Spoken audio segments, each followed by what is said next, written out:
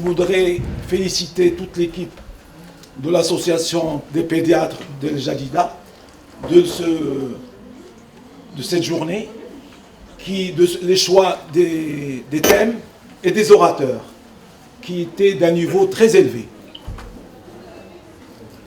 Et en attendant de faire le lien avec le professeur Van den Plast, qui est un professeur-chef de pédiatrie à l'Université de Bruxelles et en même temps éditeur dans le journal of Pédiatrie, Gastro-entérologie et Nutrition, qui va nous traiter aujourd'hui des troubles fonctionnels gastro-intestinaux du nourrisson et en particulier le rôle pour un mélange lipidique spécifique. Monsieur Van den Plast, est-ce qu'il nous écoute?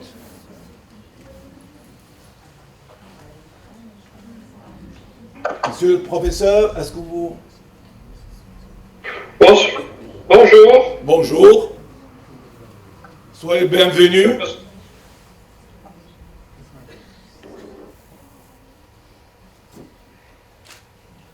À vous la parole, monsieur le professeur, si vous nous entendez. Merci beaucoup, je vous entends très bien. J'espère que vous voyez mes diapos. Oui. Et alors, avec un peu de retard, on va commencer cette présentation de la côte belge, où il fait pour le moment 5 degrés avec un vent glacial. Donc, pas du beau temps du tout.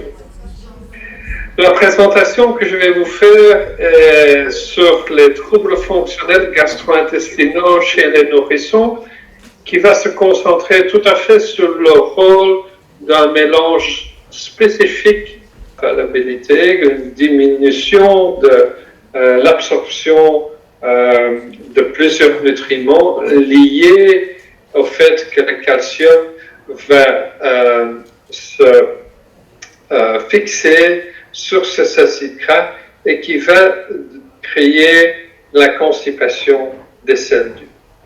Ceci, c'est la même chose présentée d'une autre façon quand les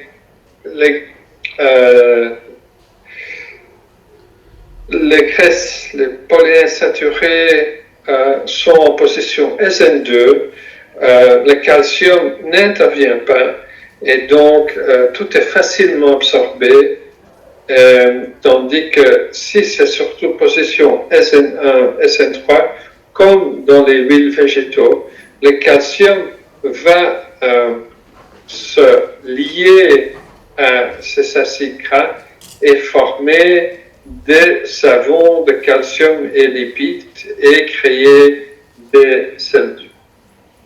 Ceci a été bien étudié dans plusieurs études cliniques. Dans cette étude-ci, 33 enfants ont été étudiés qui ont reçu 2 formules différentes. Une formule avec de l'oléine palmitique et une formule où il n'y avait pas de linoléine palmitique. Et donc, huile végétale ou pas de huile végétale. C'est à ça que ça revient.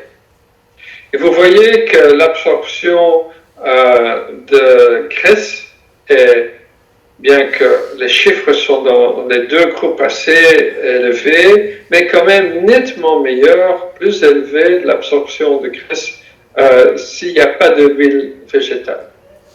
Et que donc, il y a une meilleure absorption de DHA et d'arachide arachidonique, que l'absorption de calcium est mieux et que la rétention de calcium est meilleure. Et donc, les polyunsaturated fatty acids, les acides gras polyinsaturés de longue chaîne, DHA et AHA, sont mieux absorbés en l'absence de huile végétale. Et l'absorption de graisse et de calcium était moins bien chez les enfants qui recevaient une formule avec de l'huile végétale. Ceci sont les mêmes données de la même étude exprimées d'une autre façon, l'expression de Kress ou l'expression de C16 ou comparée avec l'expression de calcium. Et vous voyez quand il y a pas de l'huile végétale que cette expression est nettement moins que quand il y a de l'huile végétale. Et que donc il y a une meilleure rétention en l'absence de l'huile végétale. Regardons un peu ce qui se passe maintenant dans le lait maternel, où c'est noté que l'absorption de DHA dans le lait maternel est faite d'une façon tout à fait efficace. Et que les enfants donc nourris au sein, l'absorption varie un peu puisque le taux de DHA dans le lait maternel dépend de finalement l'alimentation maternelle, si cette alimentation est riche ou pas en DHA. Maintenant, DHA est très important parce que c'est une structure fondamentale pour la cellule cérébrale. Et donc, le DHA est un composant structurel des membranes cellulaires du cerveau. Et donc, plus qu'il y a de DHA, mieux que la formation de cellules cérébrales se fait.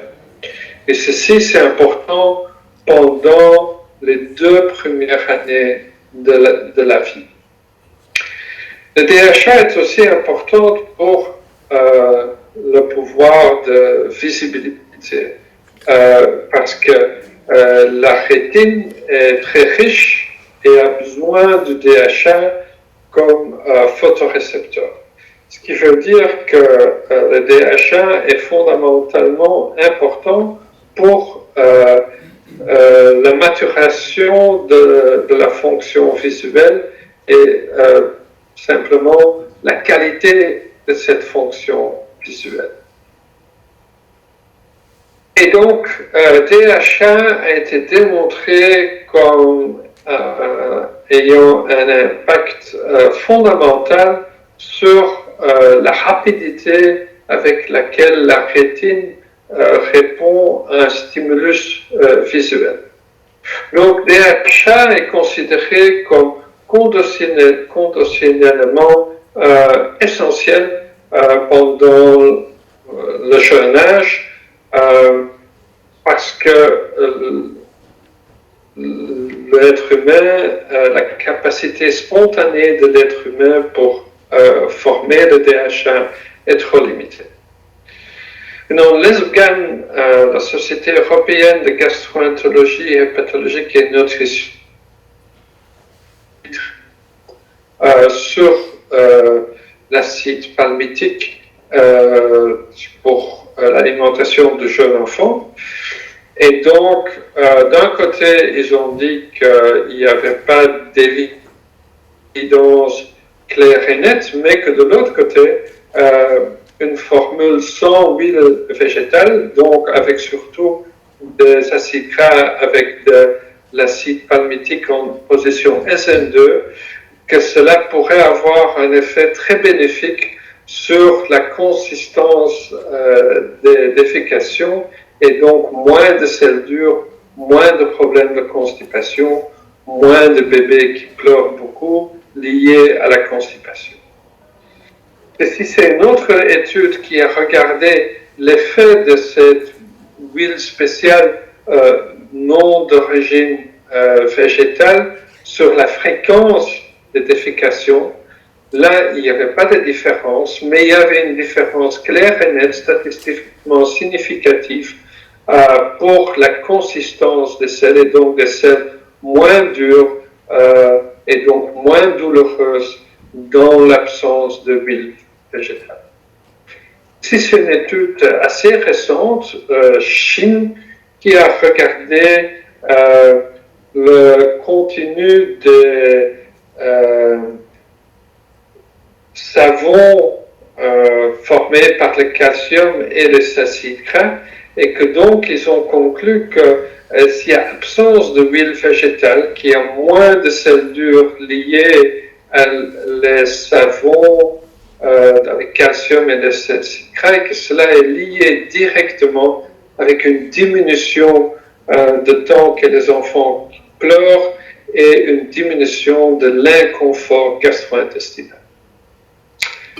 Quelle est donc la conclusion de cette présentation? Évidemment que l'alimentation maternelle, que le sein est de loin la meilleure alimentation pour chaque nourrisson et que tout effort devrait être fait pour stimuler la fréquence et la durée de l'alimentation maternelle autant que possible.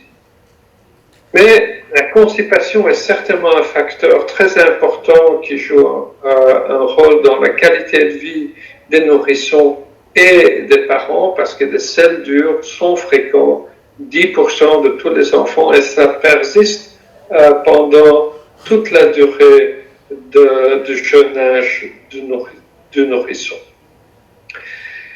Et donc, sels durs, ça veut aussi dire inconfort, de qualité de vie, et pleurs et distress. Je répète que selon les données de votre région, la constipation se voit chez plus que 30% de tous les nourrissons, et donc est extrêmement fréquent et semble plus fréquemment rapporté dans votre partie du monde que la littérature globale. Important aussi, c'est que apparemment le traitement médicamenteux de ces troubles fonctionnels de la constipation est quand même très fréquent, puisque vous voyez que plus que la moitié de ces enfants sont traités avec des médicaments, alors qu'un traitement nutritionnel sans risque d'effets secondaires est tout aussi efficace. Donc, qu'est-ce qu'il faudrait faire? Si comme médecin, on voit un enfant avec des parents avec des troubles fonctionnels, il faut toujours expliquer aux parents ce qui se passe, expliquer le principe des troubles fonctionnels, dire que ce n'est pas une maladie, que ça va s'améliorer avec le temps, mais rien qu'avec les mots, ça ne va pas vraiment changer la situation, ça ne va pas résoudre le problème. Donc il faut utiliser un traitement nutritionnel pour diminuer ces symptômes. Et un traitement nutritionnel a été démontré comme étant efficace certainement pour la constipation, avec une formule en absence de huile végétale, ce qui va résulter un enfant qui a moins de symptômes et qui donc va être beaucoup plus heureux, qui va résulter avec des parents qui sont heureux parce qu'il y a moins de consultations, moins de coûts de santé, et donc un enfant heureux rend les parents heureux, et finalement des parents heureux rend un pédiatre heureux. Et donc cette formule avec ces lipides très spécifiques a été démontrée pour améliorer l'absorption de micronutriments, puisqu'il y a moins de formation de savon de calcium, et donc une meilleure absorption, et donc une meilleure absorption de DHA et arachidonique a été démontrée. Ça améliore la consistance des sels, ça améliore la réaction visuelle, ça améliore la performance visuelle et donc améliore la nutrition infantile, ça diminue la détresse et les pleurs chez les enfants et donc en conséquence améliore la qualité de vie chez le nourrisson et la famille. Voilà, avec cette présentation, j'espère que ça vous a plu. Je vous remercie pour votre attention. S'il y a des questions, je veux bien essayer de les répondre. Merci beaucoup pour votre attention. Merci, monsieur le professeur, madame Blast. Le sujet est clair. Moi, j'ai retenu un seul point. Le lait maternel est le meilleur lait. S'il y a 2-3 questions.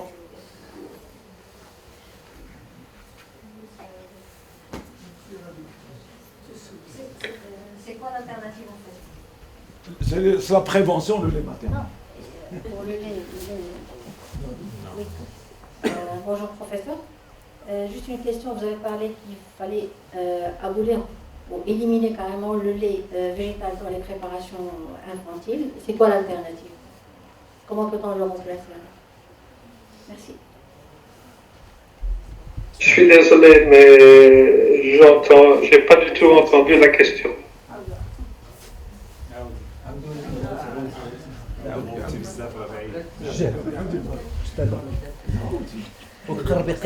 Est-ce que vous m'entendez maintenant?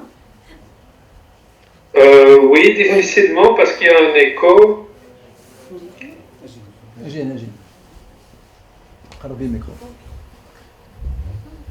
C'est parfait.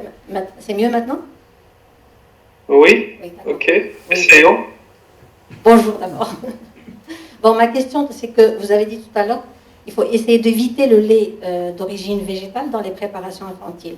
Bon, ma question, c'est quoi l'alternative? Qu'est-ce qu'il faut mettre à la place si vraiment, dans la situation, on ne peut pas vraiment allaiter, quoi. Quand il y a des problèmes, on ne peut pas allaiter par l'allaitement maternel. Et c'est quoi l'alternative pour corriger ce problème? Merci beaucoup.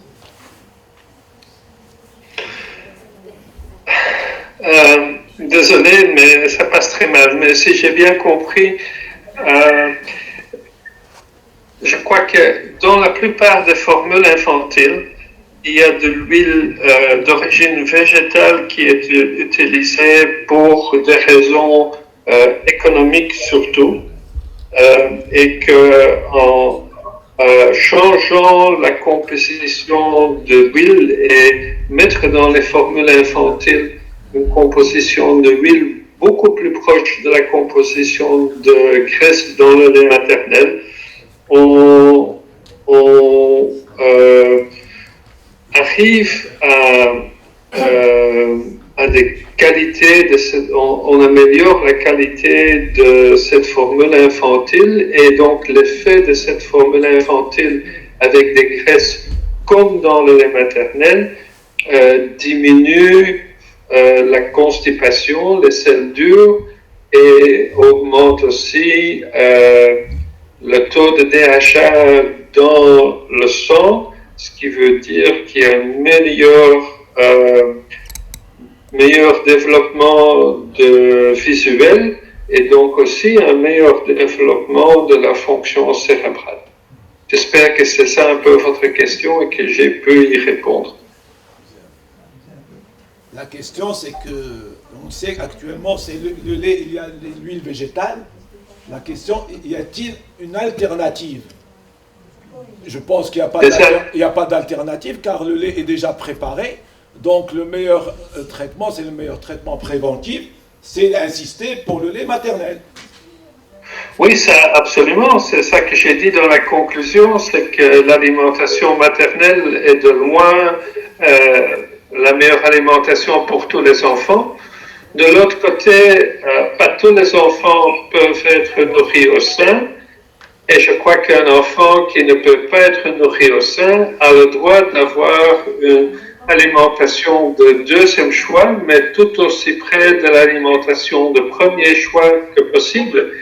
Et donc, si on peut améliorer la composition de cette alimentation de deuxième choix et la rendre plus proche de l'allaitement maternel, c'est un avantage pour l'enfant, mais ça ne veut pas dire évidemment qu'il ne faut pas faire tous les efforts pour stimuler l'allaitement maternel autant que possible. Une autre question, s'il vous plaît. Oui, bonjour. Je voudrais pas concernant le lait maternel. Donc on sait que dans le lait maternel, il y a une variation des graisses en fonction du régime alimentaire de la mère. Bien sûr, les enfants sous lait maternel posent aussi des troubles fonctionnels.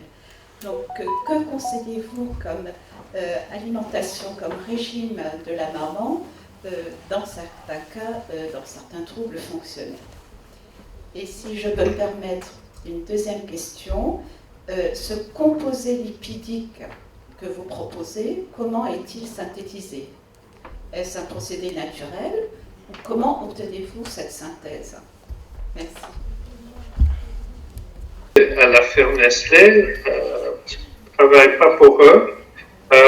Tout ce que je sais, c'est que c'est une autre source de graisse que ce qui est utilisé traditionnellement, mais c'est d'origine naturelle. Mais donc, certainement plus cher que les graisses classiques. Pour votre première question, ce qui est recommandé, c'est qu'une maman qui allait a un régime autant équilibré que possible selon l'alimentation locale normale. Parce que c'est clair que l'alimentation normale en Belgique, au Maroc, ou en Afrique, ou en Amérique du Sud, ou au Japon, c'est différent. Donc, l'alimentation naturelle de la population varie très fort de partie du monde à partie du monde, mais je crois qu'en général, une alimentation normalement pour la région du monde assez autant diversifiée que possible, c'est ce qui est en général recommandé pour les mamans et pas un régime particulier, je dirais. Merci. Y a-t-il une autre question, une dernière? Nestlé veut répondre. Pour la question, ils sont d'origine naturelle. Donc, le mélange est d'origine naturelle. Oui. Donc, منهم l'huile de palme et l'huile de colza.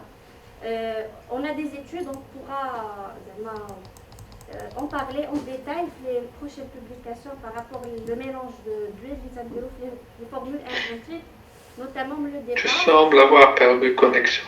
Et les de régime aussi. Donc, voilà. Et le pourcentage. Allô, allô? Oui, on vous écoute, monsieur. Allô? Allô? Oui, allô? Semble avoir perdu connexion. Non, on vous entend bien. On vous entend bien, monsieur. D'accord, mais moi je... Bien, on va conclure. On vous remercie, monsieur le professeur Van den Plast, de votre communication. C'était clair. Et à la prochaine. Merci beaucoup. Merci. Au revoir. Au revoir. Merci Hajar. Merci Nestlé, merci Hajar pour la participation. C'est un honneur de vous voir réunis. Donc, je remercie la FED pour cette opportunité. Aussi, je vous remercie tous pour l'intérêt que vous avez porté à notre symposium. Donc, merci et à très bientôt. Merci beaucoup. Donc, on se revoit après le déjeuner. Donc, demain à 15h. Bien, juste après. On commence à 15h précises. Malgré les difficultés dues aux contraintes sanitaires. Bienvenue pour partager avec nous le plaisir des 4e journées médicales de l'Association des pédiatres de Jalida Doukara, avec un programme scientifique diversifié et des sujets de pratique quotidienne dans notre ambiance conviviale. Ces journées ont démarré hier par une thématique sur les anomalies de la différenciation sexuelle qui a connu un engouement massif avec des orateurs de renom, suivis ce matin par des ateliers très instructifs. Avant de donner la parole aux différents intervenants de cette séance inaugurale, je dois remercier encore le professeur Amina Barakat qui a accepté de présider les journées malgré les engagements professionnels. Je remercie également les professeurs qui ont animé et qui vont animer les différents thèmes. Professeur Abou Razak du CHU de Fès, professeur Jij, psychiatre du CHU de Casablanca, le professeur Fathi de Rabat, professeur Zouhair Sharia l'Islamia de Jadida, professeur Ben Youssef qui est philosophe et qui travaille à Rabat, professeur Harif qui a fait beaucoup d'efforts pour venir de Tanger, puisqu'il est actuellement directeur du CHU de Tanger, pour venir avec nous.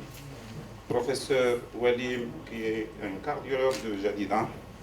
Professeur Qsayer, notre ami de longue date de Casablanca. Professeur Bouskraoui, qui est doyen de Marrakech, qui est également habitué de Jadida. Et professeur Fès, qui nous a honoré également, et professeur Lakoubi de Casablanca. Je remercie également l'assistance et les professeurs qui ont fait plusieurs efforts pour être parmi nous. Je vois le professeur Medani de Rabat, le professeur Nejari, professeur Slepen de Marrakech, professeur Radi et Dr Alami qui est directeur de la structure de la goutte de lait. Mes remerciements à nos sponsors, les laboratoires et les sociétés, en particulier à leurs représentants qui ont fait beaucoup d'efforts pour permettre la réussite et l'organisation de ces journées dans un cadre agréable. Je cède la parole à Mme Barakat qui va présider cette séance. Merci beaucoup, la Cheikh Arabia. L'Arabia, c'était un piège hier.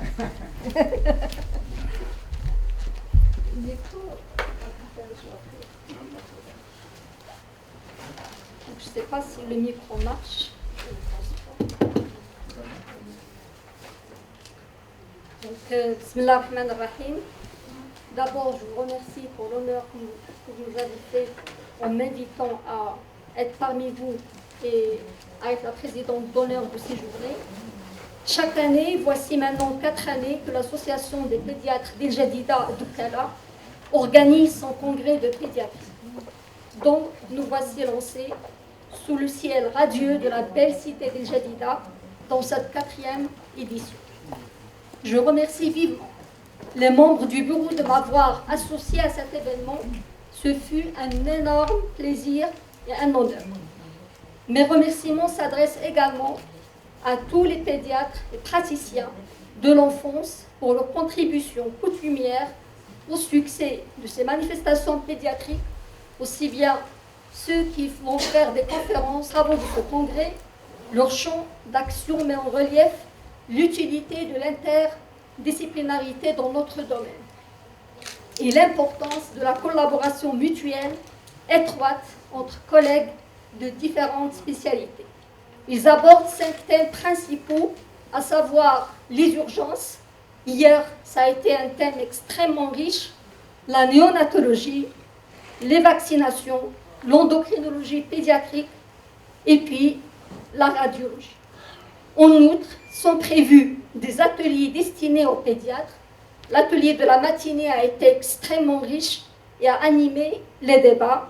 Je tiens à remercier les collègues du comité scientifique et du comité d'organisation qui, en dépit des préoccupations professionnelles qui les envahissent, n'ont pas hésité à multiplier les séances de travail et de déplacement, ainsi que toutes les personnes qui ont contribué au succès de ce congrès qui constitue, comme ses précédents, un confluent national de convivialité et de renforcement de la confraternité, combien profitable à la médecine en général et à la médecine infantile en particulier, et surtout, après une coupure qui a duré longtemps, il était temps qu'on se retrouve.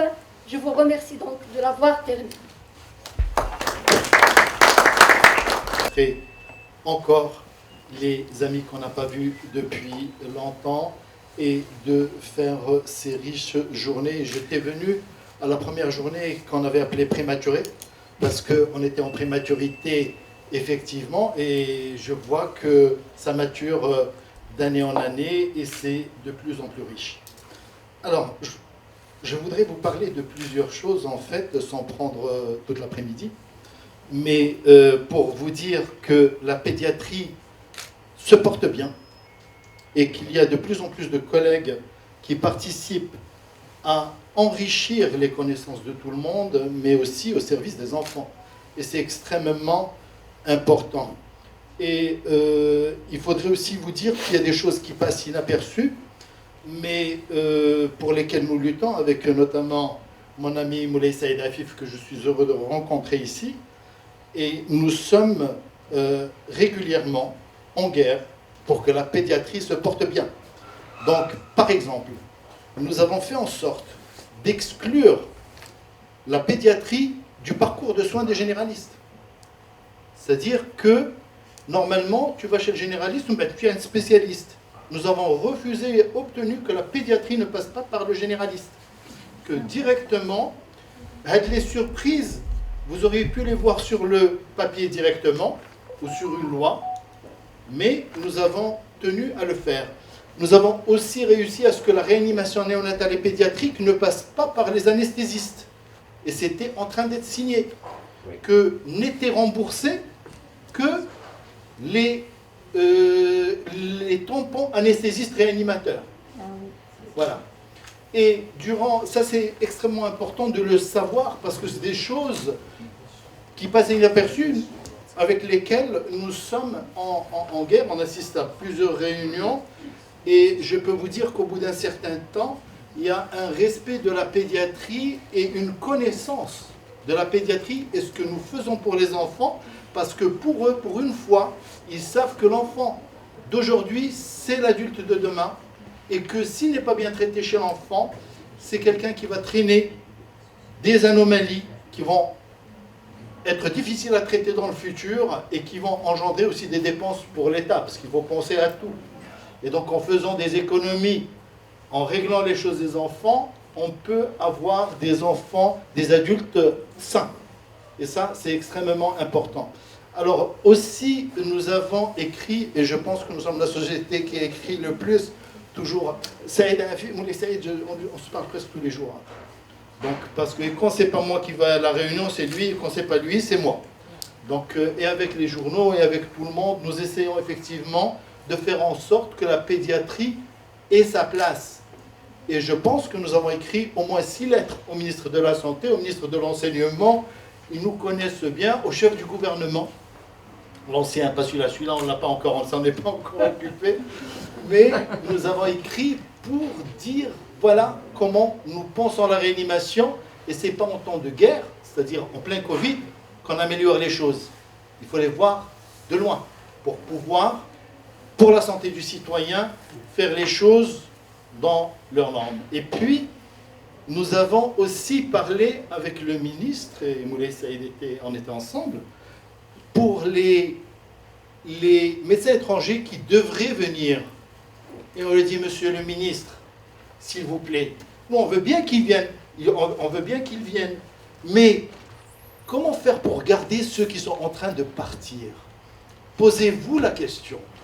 Qu'est-ce qu'il faut? Qu'est-ce que vous faites actuellement pour les médecins marocains pour qu'ils ne partent pas? Dans les 600 sont en train de partir chaque année, et c'est énorme.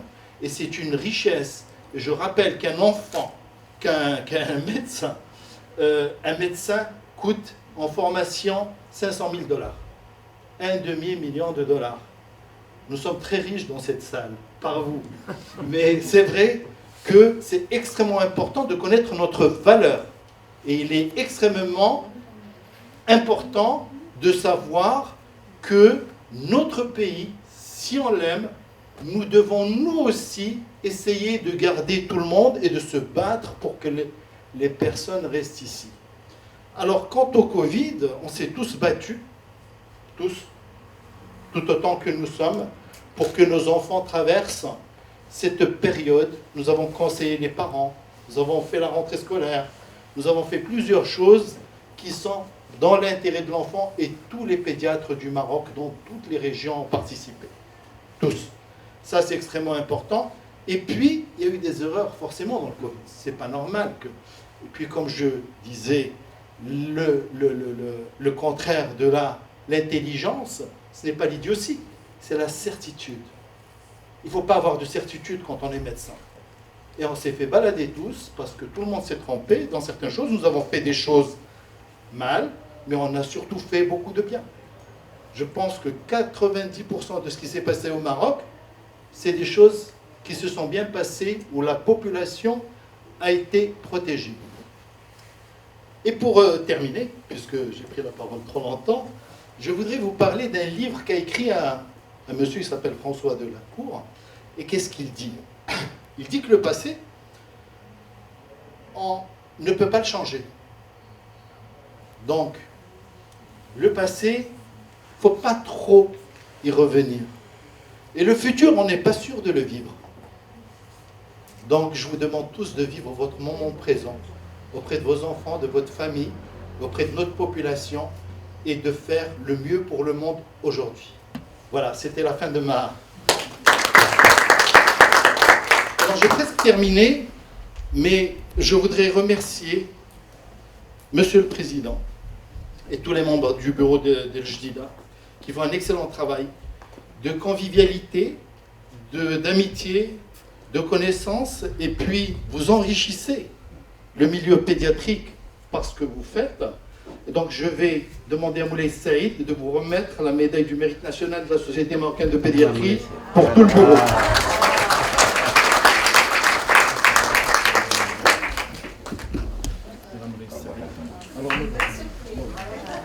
Le président est content de toi.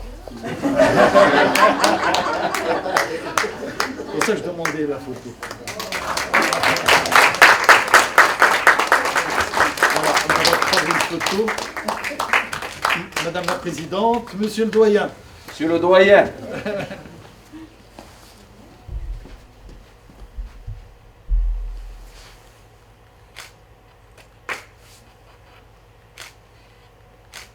Merci. Merci pour tout ce que tu fais pour la pédiatrie marocaine.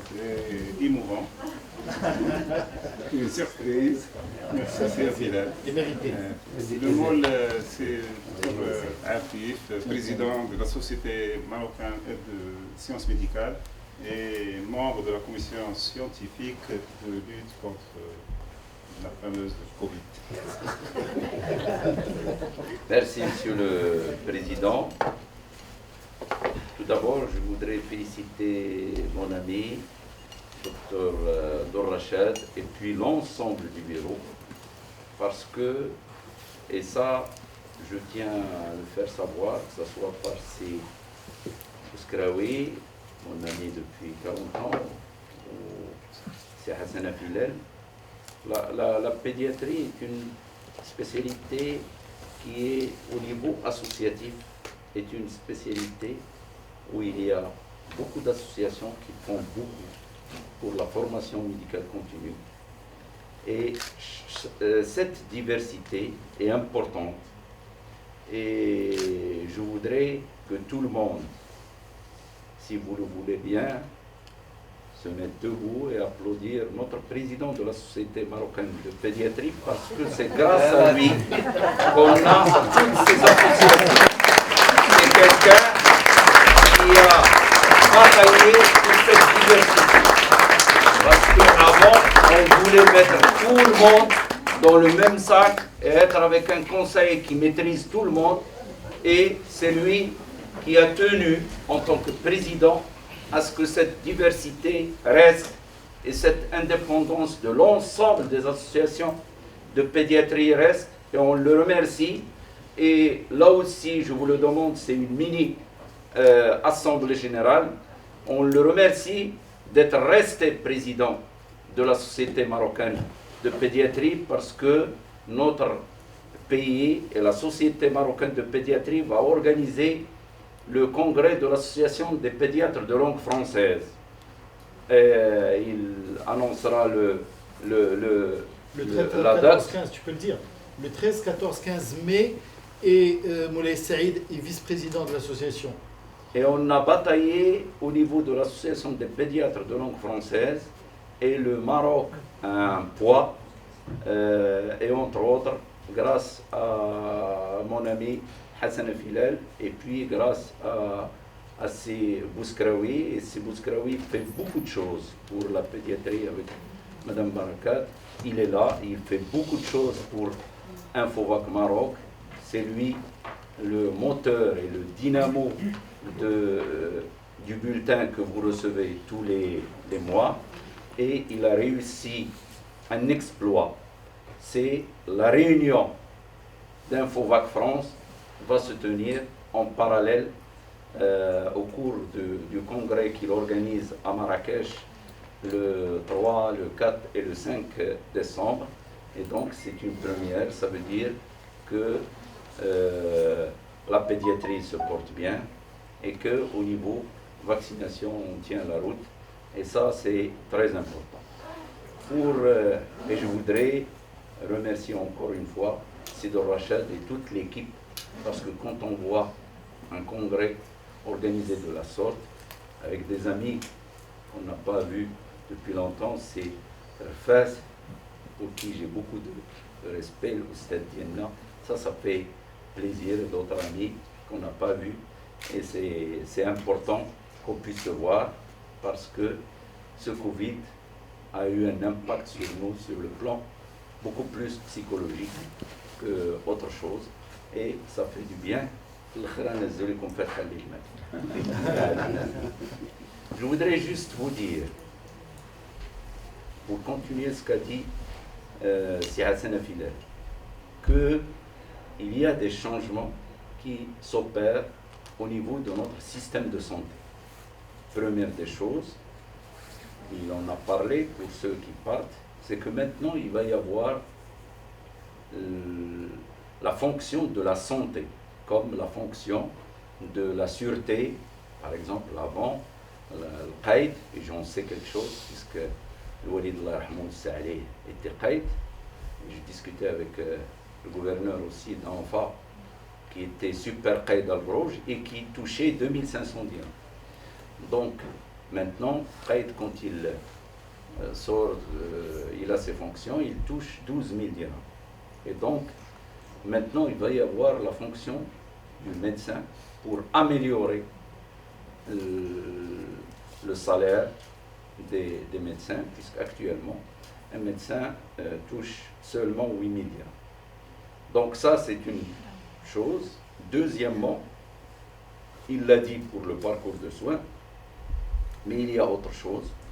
Et maintenant, c'est de par la loi, il y a ce qu'on appelle les protocoles thérapeutiques qui, une fois qu'ils sont faits par les différentes sociétés savantes, avec des comités où il y a plusieurs spécialités, ils deviennent opposables.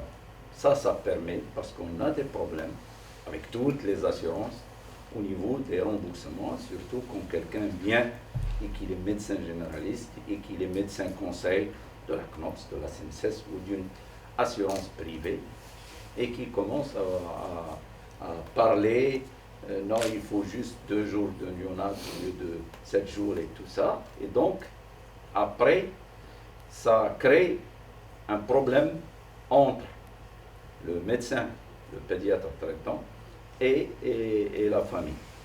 Et donc, là, il y a ce qu'on appelle les protocoles thérapeutiques. Et là, je vous annonce, entre autres, grâce à notre ami professeur Barakat, que le protocole des infections néonatales a été validé par le ministère. Deuxième chose aussi, c'est les indications de la césarienne.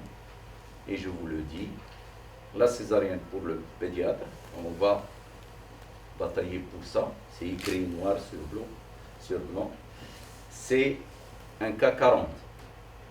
Donc c'est des honoraires à 900 dirhams. À ce moment-là, ils font ce qu'ils veulent, soit ils intègrent dans la prise en charge totale, ou ils les mettent en dehors, mais c'est 900 dirhams, avec un cas maintenant à 22 dirhams 50. Donc ça, Là aussi, ce qu'on a obtenu avec ces FILL, parce qu'il représente le collège dans les discussions, c'est que la pédiatrie a 10% de plus par rapport à tous les actes qui sont au niveau de l'adulte. Autre chose, le 13 novembre, il y a une journée organisée par Infovac et la CPP, auquel vont participer toutes les personnes qui sont là. Et parmi les thèmes qu'on a retenus, parce que là, il faut absolument le régler cette année ou de 2022, c'est le remboursement des vaccins. Donc, le directeur général de l'ANAM, il y a un thème où on va parler des vaccins remboursés parce que il faut que vous soyez tous là, qu'on soit tous là avec notre président de la Société marocaine de pédiatrie, il faut que les vaccins soient remboursés à 100%. Donc il faut, et on a avec nous des laboratoires qui sont ici producteurs de vaccins, il faut que les laboratoires baissent le prix pour que ça soit remboursé à 100%. Le volume va augmenter, tout le monde sera gagnant. Pourquoi? Parce que ces laboratoires, quand ils participent avec des appels d'offres, font un prix qui est vraiment moins cher que les 20% qu'on leur demande. Et donc, ça, c'est important. Pourquoi? Parce qu'actuellement, et tout le monde le sait, ceux qui ont des cabinets privés, on vaccine de moins en moins. Pourquoi? On vaccinait en 2016-2017 30 000 enfants. Ça, c'est les données de l'ANAM. 30 000 enfants par an. Actuellement, on ne vaccine même pas 12 000 par an. Donc, c'est pour cela qu'il y a une baisse de 60% de la vaccination dans le privé. Et c'est la même baisse que ressentent les laboratoires privés. Donc, il faut, quand il y a une réunion, et ça, je ne le fais pas exprès, je tiens à remercier, parce qu'il a été l'initiateur, à remercier Hassan Afilel. On va avoir une réunion le 22 novembre pour parler avec la direction du médicament au ministère de la Santé, pour parler des médicaments qui manquent et pour parler aussi du remboursement des vaccins. Donc, restons unis. C'est notre union qui fait notre force. Nous avons une belle spécialité, même s'il n'y a pas beaucoup d'actes. Restons unis et on pourra aller de l'avant ensemble, la main dans la main. Et enfin, je remercie Sid Rachad avec tout le bureau qui a fait un magnifique travail pour cette 4e édition. Merci.